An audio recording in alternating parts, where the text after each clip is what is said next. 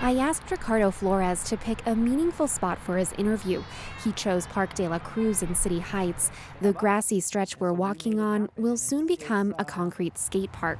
It's a proud moment to be able to say that you're going to put some piece of infrastructure in their community. Flores helped to make the skate park a reality while working as Councilwoman Marty Emerald's chief of staff in District 9. He's the one who goes out and builds consensus. He's the one who does the behind-the-scenes work. Emerald's retiring. Flores previously worked for Congresswoman Susan Davis. His opponents have used his resume to call him the establishment candidate. I'll say this. The Labor Council didn't go with me. That's the political establishment. The Democratic Party, even though I've been a member of the Democratic Party my whole life and actually somebody that's been a part of the Democratic Party for years, they didn't go with me. If they're talking about the men and women that work at the city, I don't think they're establishment. I think they are what they are. They're workers.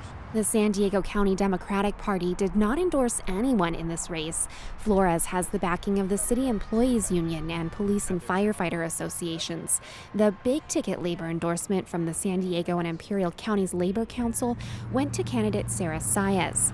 Flores says it's his track record that will win him the seat and help him to accomplish bigger things in office, like passing a property tax increase to fund fire stations. For me, it's about showing results in the community first.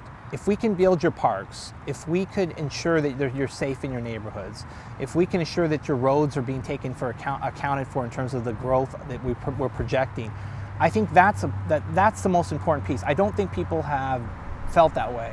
We can build parks, we can do all these improvements, but if you have 2 to 3 jobs, if you're working all day long, you can't even help your kids with homework, how are you supposed to enjoy those parks? I meet Saez at her campaign office in City Heights. It's in a building she says is the heart of San Diego's anti-establishment. This is the San Diego and Imperial County Labor Council building, and so much organizing, amazing organizing has happened inside this building over the last 4 decades.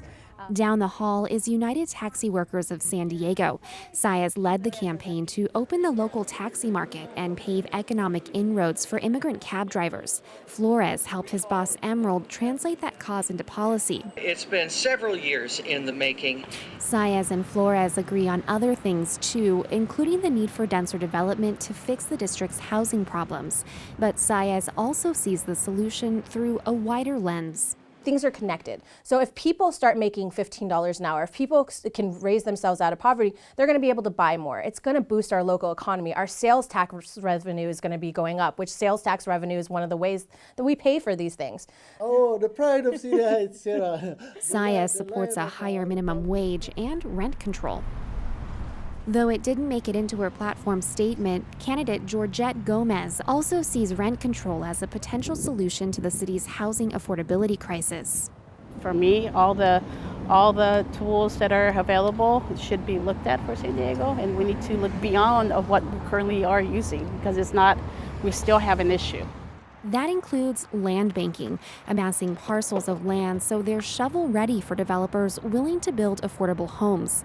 Gomez says she's worked with developers as associate director of the Environmental Health Coalition. The nonprofit helped residents shape the Mercado mixed-use development in Barrio Logan.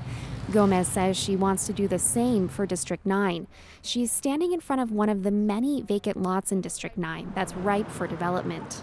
People are tired of seeing just liquor stores coming in here or smoke shops. They want to see something different. Gomez also wants to see city leaders shift priorities. They continue to be responsive on the stadium issue. They continue to be responsive to just, to the very few things that aren't lifting people's quality of life, aren't investing in communities that have been historically neglected. My entire life is about that, is trying to shift the focus to these communities. We have to focus on public transportation. Family law attorney Araceli Martinez is also seeking the seat. She lacks high-profile endorsements and donations, and she says that sets her apart from the so-called establishment. I know what needs to get done, and then my heart is in it. That line the candidates have been drawing between the establishment and anti-establishment, it's easy shorthand in debates.